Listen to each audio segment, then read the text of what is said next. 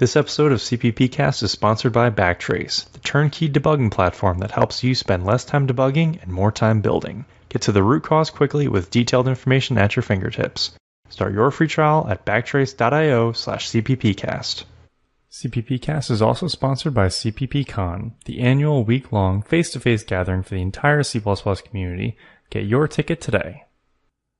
Episode 112 of CppCast with guest Krister Walfridsson, recorded July 31st, 2017.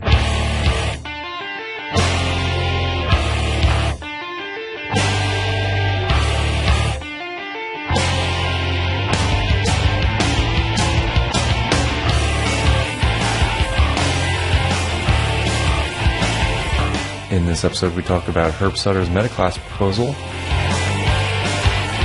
and we talk to Krister Walfridsson. Krister talks to us about the contributions he's made to GCC.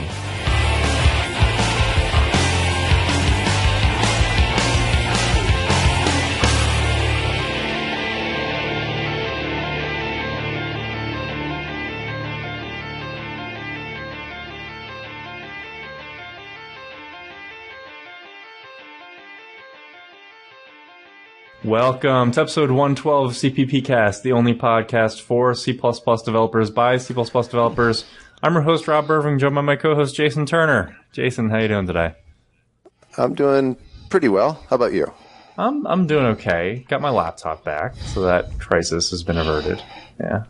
New laptop, new right. LCD screen and everything. Yeah. Right. You said you could only see the top quarter of it or something? Yeah, only like the top inch or two. And they sent me a new one with a new LCD screen, and they replaced the heatsink in it as well. Not sure what was wrong with the heatsink, but put in a new CPU one. overheated and melted the connection to the screen. Let's go with that. Maybe. That's a great explanation. Any news with you? No, nothing at the moment. Okay. Just thinking about all the conferences I have coming up. Yeah, it's going to be a busy fall for you with Pacific++ and Meeting C++ and CppCon, yeah. Yes, 2 days of training and 4 talks between 3 conferences. No. Yeah. 5 talks between 3 conferences. Yeah. I should probably remember to do all of them, I guess. Well, top of our episode, I'd like to read a piece of feedback. This week we got a tweet, I guess in reference to some of our recent episodes focusing on concurrency. This listener wrote in, "Hey guys, I was wondering whether you've heard of libq.io yet and may want to make an episode on that." So we definitely haven't done an episode of libq.io. I had not heard of it before this tweet. Jason, have you heard of this before? I don't think so. Yeah, no. So I'll put the link in the show notes, but it's a C++ library that implements continuations called promises. So definitely fits in with some of our recent topics on, coroutines and the future of futures or possible lack thereof. Well, and it has a bold claim right on the front of the website here. You're programming in multi-threaded C++? You're probably doing it wrong. Yeah, I'm sure lots of people are. So definitely a library worth checking out, and maybe we'll see if we can get in touch with one of the authors and set up an interview. Okay. Yeah. So we'd love to hear your thoughts about the show as well. You can always reach out to us on Facebook, Twitter, or email us at feedback@cppcast.com. And don't forget to leave us a review on iTunes. Joining us today is Krister Walfridsson. Krister got introduced to low-level programming by the C64 Amiga demo scene in the 80s. This led to an interest in operating systems and compilers, and he has been involved in the NetBSD and GCC projects for more than 20 years. His career has been split between OS-level development on embedded platforms and compiler development, and he most enjoys working with strange, custom-made architectures. Krister, welcome to the show. Thank you. It had to be an exciting time with demo scene in the 80s. In a way, I feel like I was born like a decade too late because I missed out on some of that stuff.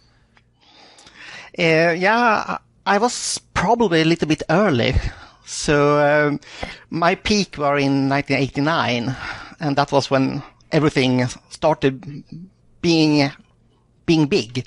But then I started university and didn't have time for the demo scene. Well, that's unfortunate, but you're in the right part of the world for it, if I get that right. Like, yeah. Scandinavia and Europe is big on the demo scene. Yeah, definitely. Okay, well, we got a couple news articles to talk about, Krister. Feel free to comment on any of these, and then we'll start talking more about your work with GCC and other projects, okay? Yep. Okay, so this first article is from Herb Sutter's blog, and it's an article titled Thoughts on Generative C++ with Metaclasses. I think we probably mentioned his proposal a while back when we first heard about it, but he did do an ACCU talk at the ACCU 2017 conference, and that video is now available on YouTube, which I really need to watch because Metaclasses sounds super interesting, but I haven't gotten around to it yet. Jason, what were your thoughts on this? Well, I also have not yet gotten around to watching the video. And just to make sure our listeners are following along here, when he gave that keynote at ACCU, he asked the conference organizers to not release the video immediately. So that was the one video from ACCU 2017 that had not yet been released. But after the last standards committee meeting, the video got released. He published his paper and it made everything public. And it seems like he got some great feedback from the committee that they really liked this proposal. And the whole idea is, being able to more effectively generate new types at compile time in C++. And his proposal does depend on reflection in C++, right? So kind of going to come after any reflection support that we hopefully will be getting in C++ 20? Yeah, and I honestly am a bit confused on that particular detail. I don't know if this would completely supplant the other reflection proposals, because it seems to do a lot of overlap. I could be wrong. My understanding was the idea of Metaclasses was, this is something we could do once we have reflection. But maybe I'm wrong on that. Krister have any input?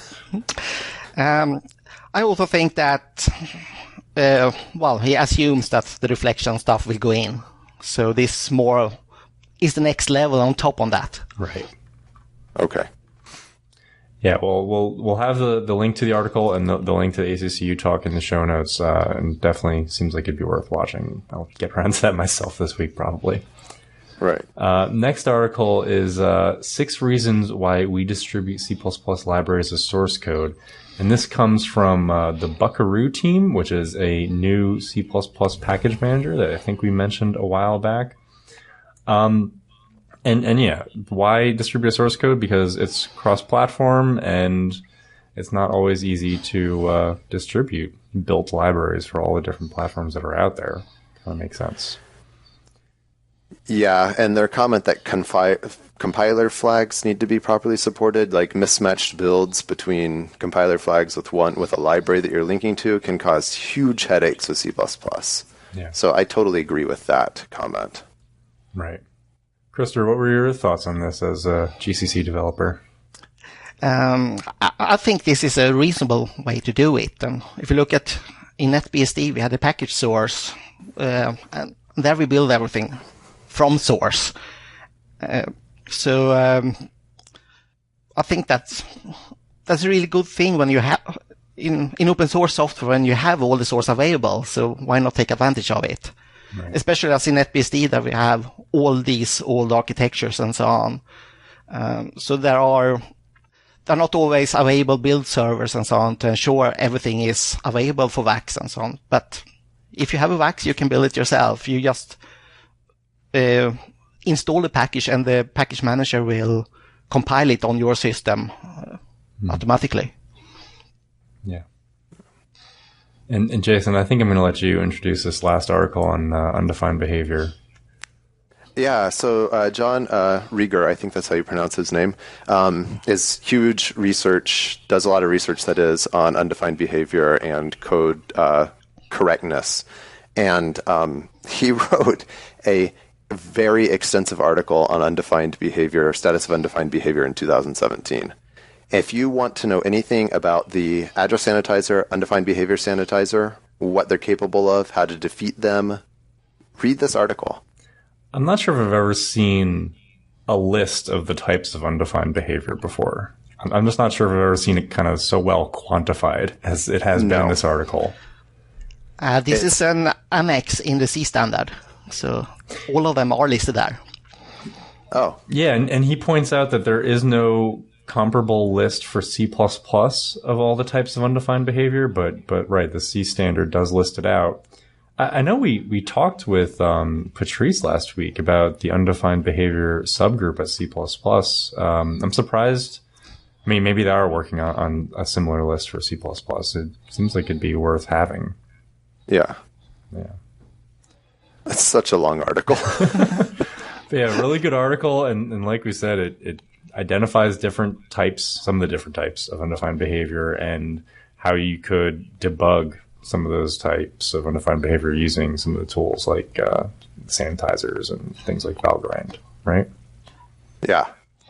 And there's Chandler has done a talk on undefined behavior in previous years of CppCon, and I believe that we may have one or more coming in CppCon 2017 also.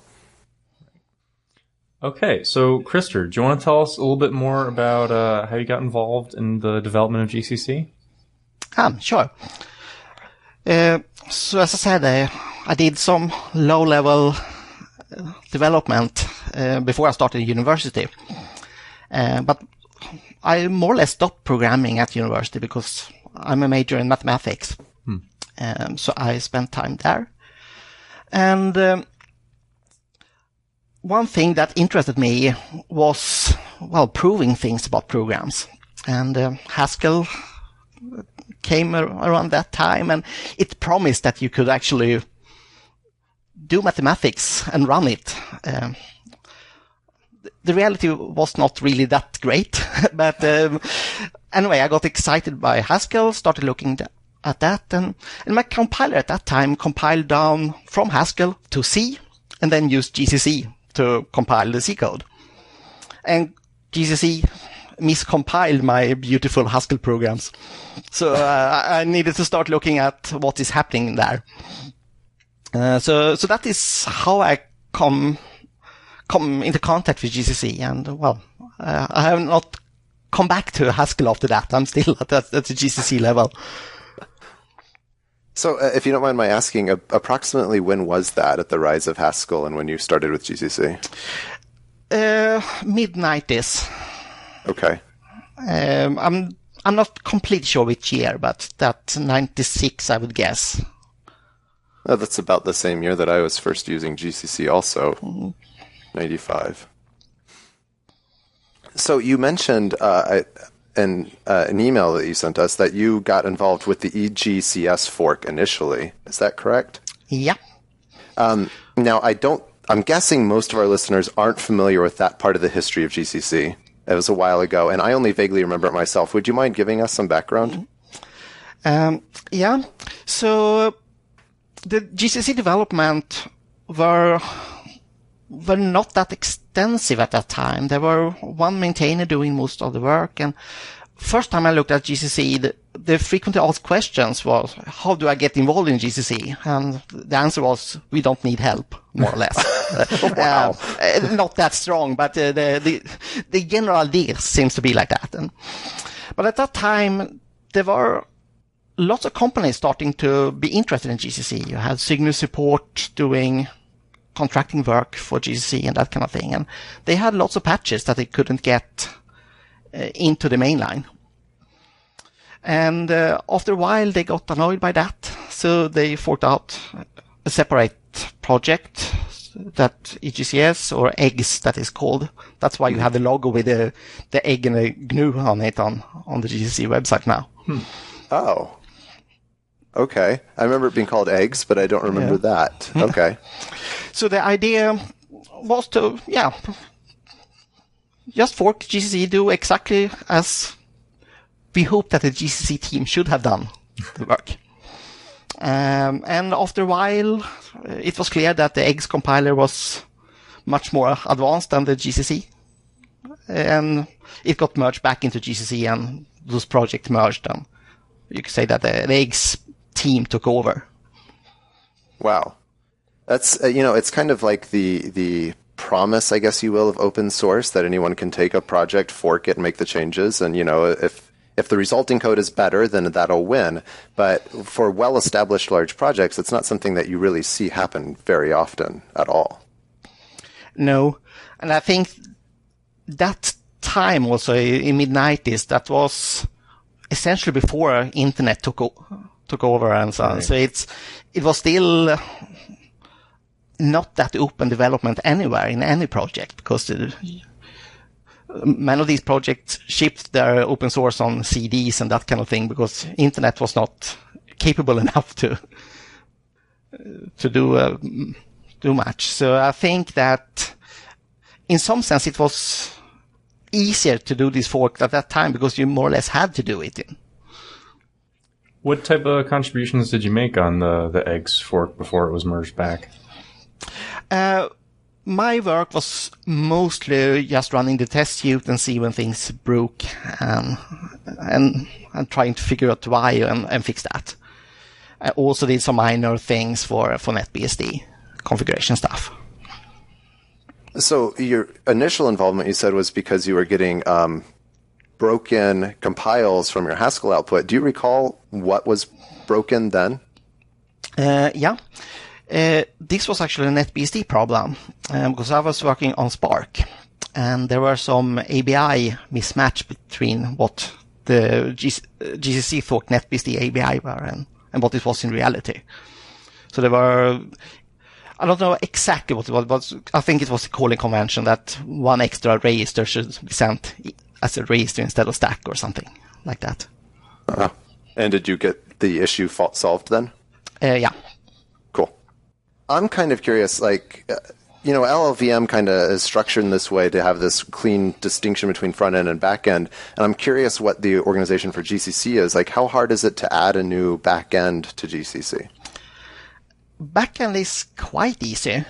So I think if you look at the commercial support for backends that some companies provide, I think they usually say 1 month of work to create a stable port of a backend. So get something working takes not more than 1 or 2 days or something. And then you can spend how much time you want to make it efficient and so on. But just make something working is quite easy. And that's something you have done, right? Yeah, I have done it for a proprietary CPU a while back. Is that anything that you can talk about? Not really. Oh, okay. So I can, but in general, it's not that special, because these days it's quite easy to create a CPU. Mm-hmm. So if you look at more or less all silicon have some kind of special blocks inside there that have a proprietary CPU doing something. So most of them are simple RISC machines, but with some secret sauce for special instructions. But in general, you have simple instructions for normal things, for load, store, arithmetic, and so on. It's funny that you said creating, anyone can create a CPU today, because, I think the average person thinks of a CPU as just being this insurmountably whatever complex thing. We've got 3 layers of cache and instruction reordering and branch prediction and all this craziness that's in what we think of as a modern CPU. Yeah. So these CPUs are more like CPUs looked in the late 80s, early 90s. So there were a great blog series 2 years back or something when I think Colin Riley wrote it. Can I add a link to that blog series on this? Okay. But yeah. But he designed it from scratch, and he wrote the blogs as he developed the CPUs. It's a little bit. You can see his mistakes and so on also, but it's really instructive and it's rather simple. Now, do people tend to implement these as like FPGAs or from scratch with 7400 series logic chips or something? When you develop, you do it on FPGAs. But in the products, they've been included in silicon. So let's say, for example, the NVIDIA GPUs. They have publicly stated that they have their own RISC CPU. I think they have like 6 or 7 different of those in each GPU they manufacture. Okay. also think that in the Intel CPU that there are some... Isn't there an ARC CPU also doing some management stuff? I've seen, yes, the management subsystem at Intel, because there's been discussion about it having its own vulnerabilities that there's no way for the host CPU to detect, which sounds kind of scary. Yeah. But you end up with these kind of things all over the place. If you have in your mobile phone that are controlling the radio chipsets and everything like that. So there are an enormous amount of these kind of small, simple chips on CPUs. Taking the conversation maybe full circle, if I can, if I wanted to go and design my own CPU from scratch and then implement a GCC backend for it, this is something you would think the average person could approach? Average person may be a little bit of stretch, but a very determined person can definitely do it. And so is it possible for you to give us like an overview of what's involved in adding this backend to GCC, like at a high level perhaps? Yeah. So what GCC does, it compile down to its internal representation. So its low-level internal representation looks similar to the LLVM one, even though it's usually written in a Lisp style with lots of parentheses. But you still have an XOR and add and so on. So one thing is that you need to write a rule for each of them. So you map the XOR internal representation node to your XOR instruction. Okay. The other thing is that you need to tell GCC about how your architecture works, so the number of registers and that kind of thing. So there are a few macros you fill in with the cost model for different options. The most interesting there is addressing mode, because you have one macro telling which addressing modes are valid, and then you have one telling the relative cost of them. Because if you look at especially RISC instructions, one is that, let's say you may have, you can index with a base, an index, and a constant. You may have different strange requirements on the size of the constant. You may also be very interested in the size of your instructions. So you may want to have the constant version much more expensive and that kind of thing. So there are a few macros like that. There are also a few technical details that are more annoying to handle, because the compilation process goes in several steps. So the compiler lower the internal representation to get closer to your architecture. And depending on constraints you have on your architecture, you may need to do some magic there. So say that on top level, you say that, for example, all addressing modes with a constant are okay. And then later in the process, you say that, they must be divisible by 2 or something. So that may be annoying depending on your architecture. But if you look at the simple RISC architecture, like RISC-V or something like that, it's not that hard to figure out what's happening. Okay.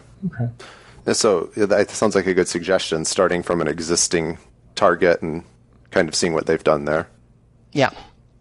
So choose one that is as close as possible to your architecture. But if you start from scratch doing a simple architecture, I think RISC-V is probably roughly what you will end up with. Okay. So thinking about, you mentioned the Commodore 64 in your bio, and the 6502 is the CPU that it used, and that's one of the things that I like to play with sometimes. And I looked at implementing a backend for LLVM, and it seems to be really angry with you if you want to have a 16-bit addressing on an 8-bit CPU that has no 16-bit registers. And I've also noticed that GCC has no 6502 backend, even though both LLVM and GCC have other 8-bit CPUs. And I'm curious if you're at all familiar with the issues surrounding this and why we haven't seen a backend for that particular 8-bit processor. The major problem is the register file, that you only have one accumulator. Okay. So if you would have a few general registers that can be used both doing arithmetic and doing indexing and so on, then it's possible. It's still a bit annoying because if you look at high-level optimizations, they usually assume you have a number of registers. Otherwise, loop unrolling and everything like that raise the pressure. So you may need to go through all the other optimizations and kind of throttle them in different ways. Okay. But in general, as long as you have a few general registers, then it's possible to do something. But without that, it's not worth the effort of trying. So I guess that's the lesson then for our listeners who are interested in designing their own CPU and then implementing a backend for it. Make sure you have more than one general purpose register. Yeah, and you should probably have like 8 or something at least. Okay. Because otherwise you need to spill for every instruction. And in general, when you do a backend, you assume that everything is sane. And then you handle spilling and that kind of thing as special cases. Right, not spilling is the normal case. Right. Okay. So then you would need to have different structure on your register allocator and scheduler and everything like that. And then it's much harder. All right. I wanted to interrupt this discussion for just a moment to bring you a word from our sponsors. Backtrace is a debugging platform that improves software quality, reliability, and support by bringing deep introspection and automation throughout the software error lifecycle. Spend less time debugging and reduce your mean time to resolution by using the first and only platform to combine symbolic debugging, error aggregation, and state analysis. At the time of error, Backtrace jumps into action, capturing detailed dumps of application and environmental state. Backtrace then performs automated analysis on process memory and executable code to classify errors and highlight important signals such as heap corruption, malware, and much more. This data is aggregated and archived in a centralized object store, providing your team a single system to investigate errors across your environments. Join industry leaders like Fastly, Message Systems, and AppNexus that use Backtrace to modernize their debugging infrastructure. It's free to try, minutes to set up, fully featured with no commitment necessary. Check them out at backtrace.io/CppCast. I was wondering if we could maybe talk about GCC and clang for a little bit. A lot of times we'll see like micro benchmarks and stuff show clang generating better code, but GCC still seems to produce faster binaries overall. I was wondering what your thoughts are on that. I have not looked in detail exactly what's happening, but it doesn't sound strange to me if you see that kind of result. Because when you look at complex code, then it's lots of trade-offs between different optimizations. You might have things that makes it faster but takes more registers, which adds spilling if you do it too aggressively. And you have that kind of trade-offs. And when you look at small code segments, then if you do all optimizations you can, then it's fine because you don't get into the hardware constraints. So actually, my experience from doing compilers is mostly that I spend as much time limiting optimizations as I do implementing new optimizations. Oh, interesting. Could you give us an example?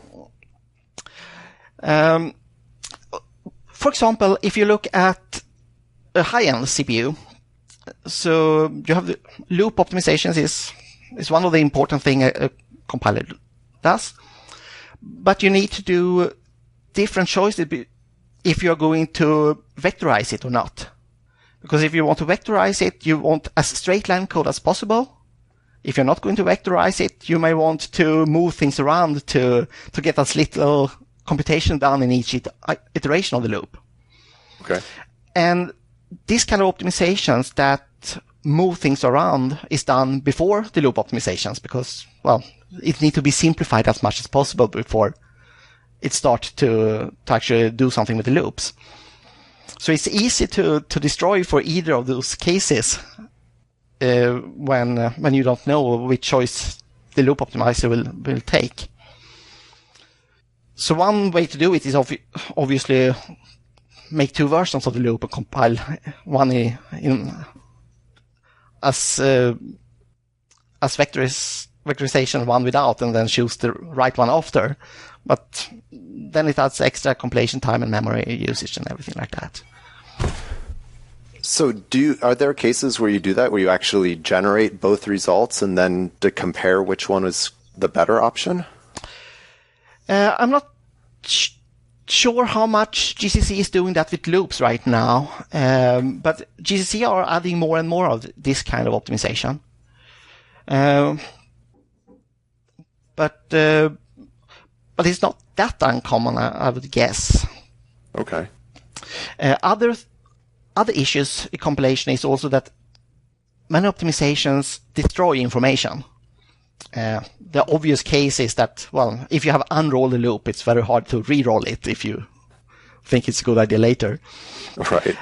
Even though that's not a useful example. But let's say, for example, that you are doing lots of calculations on 8-bit values. Most CPUs are faster if you do it on the native size. And the compiler can see that it can promote all these 8-bit values to 32-bit values and do the calculation. Okay.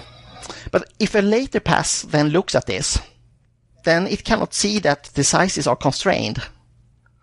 Because the earlier passes could see easily that, okay, it's an 8-bit value, so it has a value between 0 and 55. But if you look at the code at later passes, you see that, oh, it's an integer. It can be any value. So when you have an analysis passes, then you need to ensure that you do not do this kind of optimization before your analysis passes. Which also means that you may need to throttle optimizations in the top half of the compiler until all invariants have been calculated and then use the information. You can, for example, if you look at the GCC debug dumps, it keeps unreachable code for quite a lot of time, just because it wants to have all the if statements available, so it can see, oh, it's unreachable if x is larger than 0. Then it can use that information later. That's interesting. So how do you ask GCC for that debug information so we can see? There are lots of fdump flags. So fdump 3 all is the most relevant. I'm going to have to try that. There are lots of interesting information in that actually can be useful when you're optimizing your code. For example, how important GCC thinks the different part of your code is. So if it is hot code that are used much, then GCC is more aggressive with inlining and loop unrolling and everything like that. And if GCC thinks it's more error handling code and that kind of thing, it tries to get it as small as possible or get it out of line from other code. So if you look at the output of the debug dumps, it writes percentage numbers, how often it thinks each part of the code will be executed and that kind of thing. I think you blogged about this at some point not that long ago, about how if a function is called from main, that takes on special meaning to the optimizer. Yes, I did. So so that is one of the reasons, because it knows that main will only be called once. So if you are doing stuff within main, then it will not inline and so on, because why bother when it's called only once? That's kind of funny, because if your entire program then exists only in main, then that would be a case for inlining 100% of it. Yeah. But also, if you have a loop and so on in main, then of course it sees that the loop iterates lots of times. So the body of the loop will be fully optimized. But So I wrote another blog post just a few weeks back, I guess, about more details about how GCC is reasoning about how important code is. I think I missed that one. I'll have to check it out. It's a title with a branch prediction or something, which is maybe not that obvious from the title what this is about. But so those of us who don't know a lot about how the optimizer works, we have this fantasy that we should just be able to tell the compiler, you know what, just keep trying every optimization you possibly can for the next hour, and then give me the result. But it doesn't seem like anyone is implementing this feature. Do you have any thoughts on that, comments on that? That is a feature I also would like, but experience seems to be that nobody really uses that if they have it anyway. Because everybody is complaining about compilation speed. But it is not as simple to do this as you may think. I saw some experiments in LLVM a while back when someone ran, the optimizations until they couldn't optimize any longer. Right. And in benchmarking and so on, they didn't see any real difference in performance, but the programs become much larger.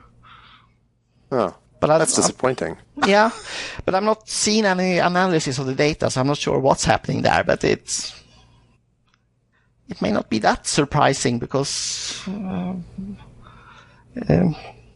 again, you have these trade-offs all the time between size and optimizations, and you need at least to retune your compiler after running the same path multiple times, because as you do it multiple times, the profile will change. So it makes sense to be more aggressive with certain things and less aggressive with other things when you get it on already optimized code.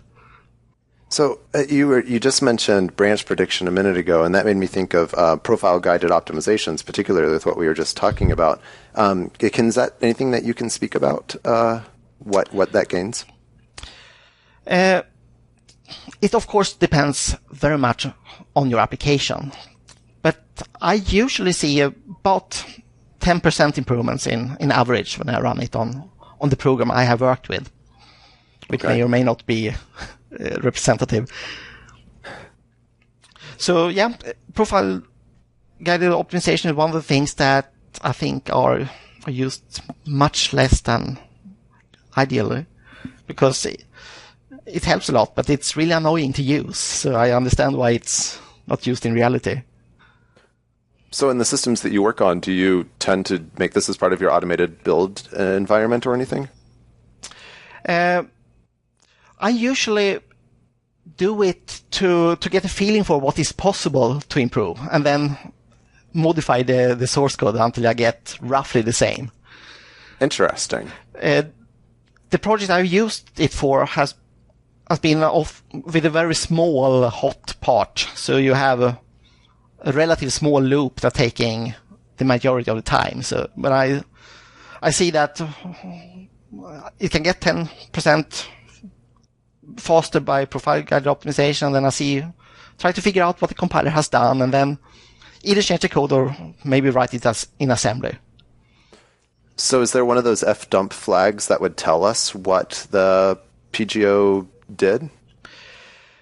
I used a combination of looking at that and actually on the source code, on the object code, because there are essentially two things the compiler do.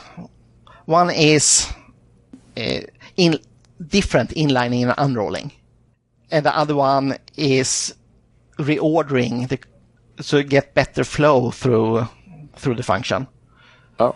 So that depends also on what CPU you're using, how important that is. I have done it mostly on small embedded platforms where branches are expensive. So if it changed a comparison, if it decides that the fourth condition is the most important, then it can switch it so that gets the default. Okay. So that one I usually just look at the disassemble code, but But looking at inlining and so on is also quite easy to look at the symbols that are called. But the dumps do contain all this information and percentage numbers, what the compiler figured out. So it's possible to look at those two. Right. Okay. With Clang in recent years coming out, have you seen much changes amongst GCC maintainers? Like, are they becoming more competitive or making any other changes in the way they develop GCC in response to Clang? In some sense, I find it hard to tell, because if you look at from day to day, everything is the same. There are some small optimizations, some small bug fixes, and so on. If you look at the big picture, I think there is a rather big difference in feeling, that it feels like more is happening. Mm-hmm. So when you have, before we didn't have any competitions really. That in the late 90s it was the Sun compiler we compared against, but after that we have been in a vacuum kind of way. So it's hard to know if you can do something better. I've done everything I find reasonable in this optimization, and now I do something else. But when it come another implementation that does things different, then you may see that, maybe I missed something here. So I think the general feeling is different, but I have a hard time quantifying it. So I guess something we haven't explicitly asked you yet is, what is your day-to-day normal involvement with GCC today? What aspects do you work on? So I'm the NetBSD maintainer. So in that, I'm not doing that much because, well, the support has bit rotted over the years because I've not really had the time to update it. So what I've done lately is go through all configurations and update it to the modern way of doing things. Because GCC aim to be backward compatible in the source code. So these configurations have not been changed in 15 years. Wow. So it works, but they have invented better ways of do the configurations and more options and so on. So I'm going through that and using the modern ways instead of the deprecated mechanisms. But otherwise, I'm mostly compiling random programs, benchmarking them, look at the assembly and see what's happening, and open bug reports, and in some few cases fixing them myself. But mostly I'm just opening bug reports these days. Well, that's important, I would imagine. I think so. And most people are not that interested in looking at big blobs of assembly and trying to figure out what's happening. And I find it kind of interesting. It's interesting, I think, too, that you've mentioned NetBSD a couple times now, and I think maybe our listeners don't appreciate the huge variety of CPUs and operating systems that GCC still supports today. It has to dwarf any other compiler. I believe so. Even though, again, a lot of those architectures have bit rotted over the years because configuration has changed and cost models have changed. So I think many of those generate much worse code these days than if you use a 10-year-old compiler. Oh, interesting. Just because it hasn't been maintained as well. Yeah, because when you do, again, let's say in better inlining, then you need to have a cost model, how much to inline. And this cost model has been updated for Intel and ARM and so on, but nobody cares updating the VAX backend. Right. Because it needs to take into account the different sizes of different instructions and so on. So it is a non-trivial work to do it. So instead, the default is that all instructions cost the same. So if someone wanted to start getting involved in compiler development, do you have a recommendation for, maybe, I don't know, going back and trying to update one of these old targets? Would that be a good way for someone to learn, or do you have a different recommendation? That depends much on what that person is interested in doing, because there are very big difference doing in front end optimizations or backend things. But if you are interested in doing the detailed backend work, then I think there are good options there. Okay. What do you think C++ developers should know about writing efficient code that you've learned from working on the GCC? I would say that the most important thing is actually to use the tools correctly. Because I have seen lots of discussions where people are obsessing over things like, should I do a value, pass by value, pass by reference, and so on. And then they compile the code with -o. That doesn't do that much optimization. So one thing is for GCC, when you are compiling your code, you should use O2, O3, or OS, depending on what platform and so on you are working on. So and doing fast math and that kind of thing, if that's relevant for your code base. I would guess the same is true for clang, and also that Microsoft probably have lots of interesting options when it comes to optimizations. One other thing is link time optimization, because that is easy to add. You just pass the FLTO, and then it optimizes with knowledge of the whole program. For certain ways of writing C++, that is really important, because devirtualization and that kind of thing can then see how your classes are used in different files and change the virtual calls to concrete calls that then can be inlined and everything like that. So it's just that simple, just pass FLTO when we're linking the executable? Yeah. Also when compiling. When compiling, okay. Yeah. There are also a nice option to make this parallel. So if you do FLTO as equal number of cores you have on your machine, it can parallelize the link time optimization step. Okay. It makes this much faster and take more memory. So it's a trade-off there. And again, this is true for both GCC and LLVM. Both of those projects have spent lots of work making this efficient. So what kind of, performance increases have you seen using LTO? I have not seen that much in my project, because I usually do not write code in the way that are helped by LTO.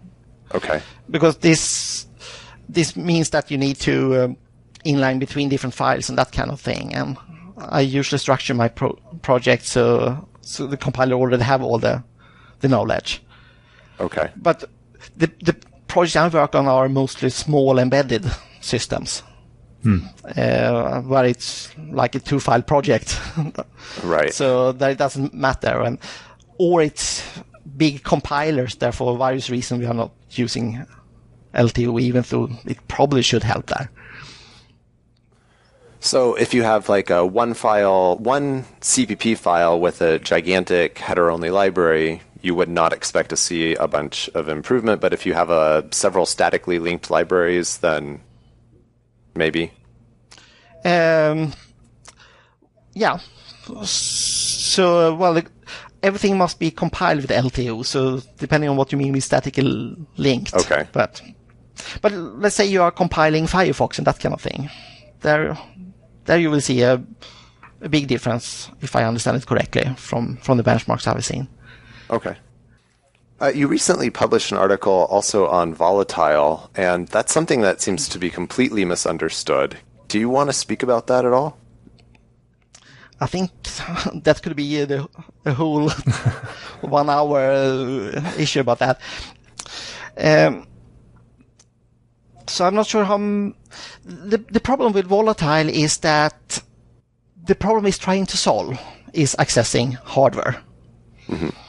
And that is not really how most people want to use it.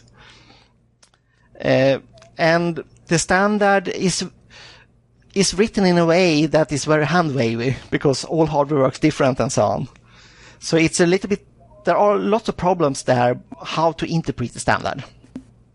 And compiler writers like to see it like Well, we know if we are touching hardware or not, because if we are storing on the stack, we know that it's not hardware, so why bother all this mess in handling volatile? And normal developers want to see it that I make a store, so I want to store.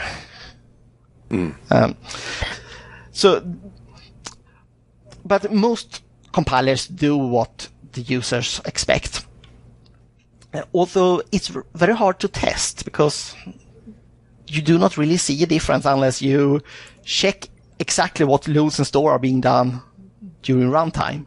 So it's easy for the compilers to introduce bugs that it sometimes optimizes away volatile loads and store, especially on the stack.